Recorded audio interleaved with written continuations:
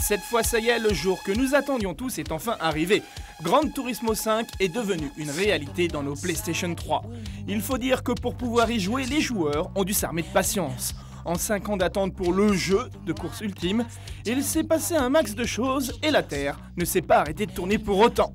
Bref, fini de rêver, passons aux choses sérieuses, et compte tenu du peu de temps mis à notre disposition pour décortiquer la bête, nous vous proposons de partager avec vous nos sensations dans les premières heures de jeu.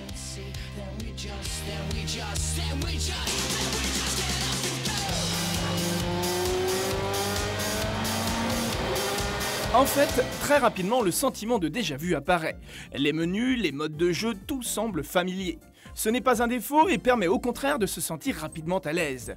C'est en tout cas très agréable de se balader de nouveau dans le menu d'un jeu made in Polyphony Digital. La première déception vient du mode garage, du mode GT. Sony nous a tout au long du développement rabattu les oreilles sur le catalogue de 1031 voitures qui sont dispo dans GT5, toutes plus belles les unes que les autres. La surprise est de taille lorsqu'on découvre qu'en fait seulement 200 autos ont obtenu le privilège de la modélisation dans toutes les vues de pilotage. Ces autos apparaissent dans le garage dans la catégorie Premium, les autres modèles dits standards ne bénéficient que d'une modélisation minimale. Dans l'absolu, la pilule aurait été moins dure à avaler avec la vérité. Ça sent le coup commercial pour Sony qui a signé des contrats bien juteux avec quelques constructeurs privilégiés. Au nombre des nouveautés, à noter les événements spéciaux qui vous font prendre part à des nouveaux types de courses dans la saga GT. À commencer par la base du sport auto, le karting. Bonne surprise dévoilée il y a quelques semaines, les sensations de conduite au volant de ce petit bolide sont en tout cas excellentes. Le kart est nerveux, vif et hyper contrôlable. La cylindrée limitée aux 100 cm3 paraît en revanche un peu limitée, mais les parties en multijoueur sont en tout cas à mourir de rire.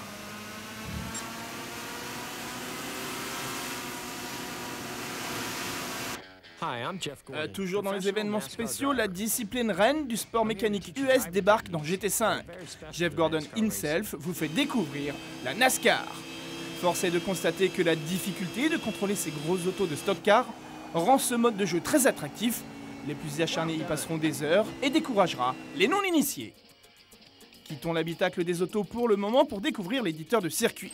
Une bonne blague que cet éditeur, nous le savions depuis plusieurs semaines, mais créer son propre tracé fait bien sourire.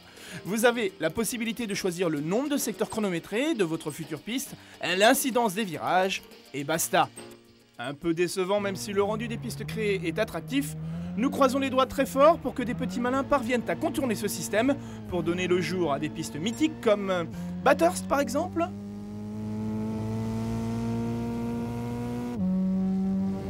Mais qu'en est-il de la réalisation de ce Gran Turismo 5 ? Le gameplay est selon Sony le point fort de ce nouvel opus. Entièrement repensé, le titre de Kazunori doit offrir une expérience de pilotage enivrante, unique et authentique. Force est de constater que peu de choses ont changé depuis GT4. Déjà ressenti dans GT5 Prologue, la manière de piloter reste exactement la même que celle que nous avons toujours connue. Néanmoins, il faut toujours faire preuve de savoir-faire pour emmener ces bolides taquiner le haut de la feuille des temps. Mais il y a des errances impardonnables à ce niveau de jeu. Les rails sont toujours vos meilleurs alliés pour gagner du temps, se mettre dans le mur sans en subir les conséquences mécaniques est assez éloigné du concept de simulation ultime. Bref, nous sommes déçus par le gameplay de GT5 qui n'approche que de très loin le réalisme procuré par Forza Motorsport 3. Si vous ajoutez la débilité artificielle de vos adversaires, et vous avez compris que GT5 n'est plus la référence ultime en jeu de course sur console. Soulignons tout de même la qualité de réalisation graphique, même si quelques bugs viennent gâcher le tableau. Dans l'ensemble, GT5 offre une expérience visuelle unique. Les environnements, la météo évolutive, les passages jour-nuit, la qualité de modélisation font du titre japonais un des softs les plus beaux de la PlayStation 3. En revanche, il serait temps que Polyphony embauche de véritables ingé-sons, tant la réalisation sonore est toujours aussi catastrophique.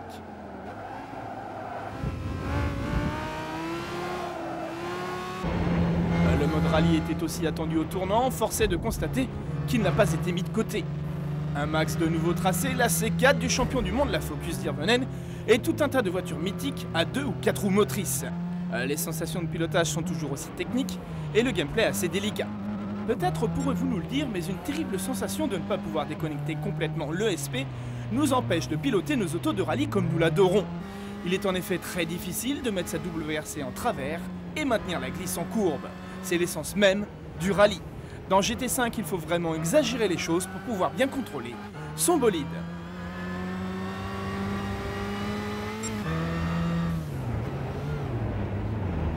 Pour conclure sur Gran Turismo 5, il faut reconnaître un sentiment de déception générale. Attention, le jeu de Sony reste un incontournable, mais après 5 années de développement, l'équipe de Kazunori a fait preuve de trop grande largesse pour un titre qui se veut être la référence absolue en termes de simulation automobile. Gran Turismo 5 n'est plus seul, les autres savent faire aussi bien. Nous pouvons faire confiance à l'équipe de Turn 10 avec Forza Motorsport 4, prévu pour Noël 2011, pour conquérir le titre de meilleur jeu de course de la prochaine décennie.